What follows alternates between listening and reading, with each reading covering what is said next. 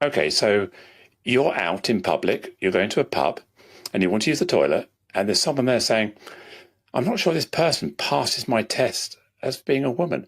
How do you yourself prove you're a woman and able to access these spaces? This is where this term biological sex becomes ludicrous. How do you and other biological women prove that they are biological women? Have you ever taken a chromosome test? Have you ever proved the fact you're a woman? I have a birth certificate. I have a passport. I have a driving license. I've had various operations and surgery. I can prove that I'm a woman. Before we dive into this discussion, comment where you're watching from, and don't forget to like and subscribe so you don't miss the next one. This debate gets straight to the point. Camilla Tominey focuses on the legal meaning of sex and whether single-sex spaces should remain protected under the law. Joanna Lockwood responds by arguing that the issue is being driven by politics rather than policy. From there, the discussion quickly shifts from political motives to the legal questions at the center of the debate. And that's where the conversation becomes much more interesting. Joanne, what's your reaction to this Tory proposal to change the Equality Act so that that word sex is replaced by the term biological sex to make it clearer? It's the act of a dying government who have absolutely no hope of getting back in again. They're throwing meat to their grey voters, hoping that it's going to inspire some votes their way. It's going to be unimplementable, whatever they're proposing. I listen to Kemi all day on various chat shows and various interviews, and the objective really is conflating transgender, transsexual people with predatory men. I am not a man. I'm not a predatory man. And she is looking to exclude me and others like me from spaces that we can legitimately occupy using bias and discrimination. But isn't she concerned that that word sex, just on its own, without biological ahead of it, can be willfully misinterpreted, and that actually women deserve women-only spaces, that that's acceptable? Although you may not agree with this analysis, with the gender-critical view that trans women aren't actually women, they're trans women, so too are women allowed to be protected in their own spaces. So in refuges, in toilets, and anywhere else where we would expect a male-free environment, even if it's males who have undergone some degree of taking puberty blockers or other gender realignment, effectively, women's only spaces should be for biological women only. Well, how do we police this term biological? Are we doing inspections? Are we asking people to lift their skirts up and drop their knickers and say, what have you got between your legs? Are we going to judge people, going to take blood tests? Well, she said, hang on a minute, she said... what biological means. She's saying that biological means your biological sex at birth. Surely that's the fairest way to assess it, because members of the transgender community themselves say that they don't want a differentiation between those who have undergone surgery and those who haven't. They're saying if people identify as a woman, they should be regarded as a woman. What she's saying is, no, we have to go back to the fact of the matter. And when it comes to women's only spaces, the only assessment we can ever really make, and the only assessment we can ever use to be fair, is to go back to the beginning, look at a birth certificate and say, in what sex was this person born? Okay, so you're out in public, you're going to a pub, and you want to use the toilet, and there's someone there saying, I'm not sure this person passes my test as being a woman. How do you yourself prove you're a woman and able to access these spaces? This is where this term biological sex becomes ludicrous. How do you and other biological women prove that they are biological women? Have you ever taken a chromosome test? Have you ever proved the fact you're a woman? I have a birth certificate. I have a passport. I have a driving license. I've had various operations and surgery. I can prove that I'm a woman. Can you prove you're a woman?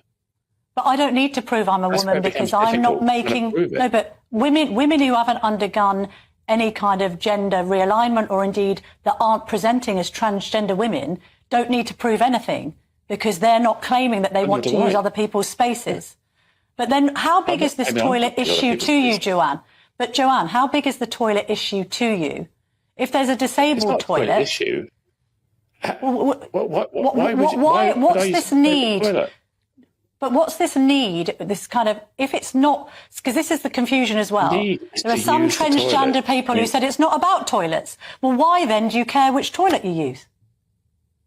Well, why do you care who's in your toilet then? What's the big deal about toilets? I mean, I spend my life talking about toilets. Why can't we bring the conversation into a different I tell you why. I tell you why we worry again? about toilets. We worry about toilets because we worry about our daughters. Because as Kemi Badenoch herself has said, there's been a number of cases in different schools where boys who are identifying as girls have been allowed into the toilets. Toilets are seen by young girls, particularly when they've just started their periods and maybe they're wanting to discuss things with their own girlfriends. That's seen as it's a place of sort of solace, privacy and sanctity. Badenoch has made the point that in some schools, because of this idea of letting boys who identify as girls into girls' toilets, it's put girls off from using the toilets, and some girls have ended up with urinary tract infections. That's why it's important. Oh, I'm not saying that it's not important to some people, and I fully accept that we need to ensure that predatory men, people with nefarious motives, are kept out of spaces that are designed to be safe. I completely support that, but I am not. Okay. And people I know are not threats to women, threats to girls. We are not predatory. What Kemi is trying to do is use the trans argument against trans women. What about trans men? If you think about a trans masculine person who's on testosterone, their voice has deepened, they've grown a beard, they've probably lost some hair, they may be bulked up in muscle, and they're forced to use the female toilets. How are you going to feel if a trans man is in the toilet and you won't be able to distinguish whether that man is biologically male or biologically? This is where the debate becomes more nuanced. Joanna raises a practical question about how rules would work in everyday situations, while Kelly responds that legal definitions, not appearance, are what matter in her view. Joanna then points to scenarios involving trans men, highlighting the practical challenges that can arise. Rather than resolving the issue, the exchange shows just how complex the debate is. Both sides raise questions that deserve serious consideration, but they never quite address each other's core concerns. That's what makes this discussion so compelling. She's asking for clarity, isn't she?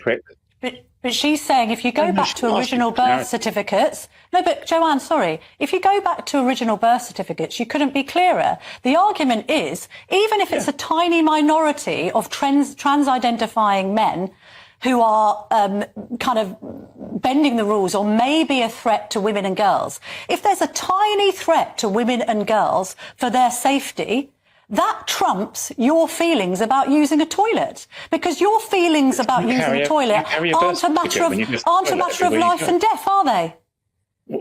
How often do you carry your birth certificate with you when you're out in public, when you're using the toilet? How often do you prove that you're a woman?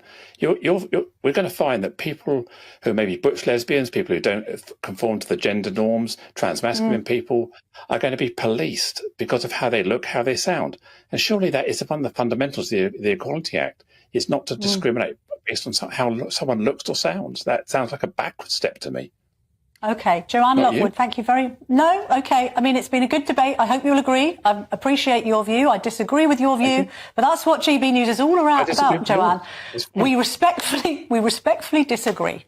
And thank you very much indeed for joining us this evening. And good luck with your birth certificate and carrying it around with you to prove you're a woman. OK, well, I won't need to because I'm not transgender. Joanne Lockwood is the fact... If you don't carry your birth certificate, you won't be able to prove you're a woman. But I don't need to prove whether I'm a woman or not, because I'm not saying I want to use male-only spaces. This is the difference, Joanne. No, we have to leave it there for time reasons. You're a woman. What if I doubted you're a woman? I want you to prove you're a woman. How does that work? I'm just saying this is the flaw in the argument that Kemi's come up with. Every woman is going to have to prove they're a woman. It's not, because it's not legitimate to doubt whether actual women are women because they're saying they're women. What we're doubting is whether trans women are women or whether they are men.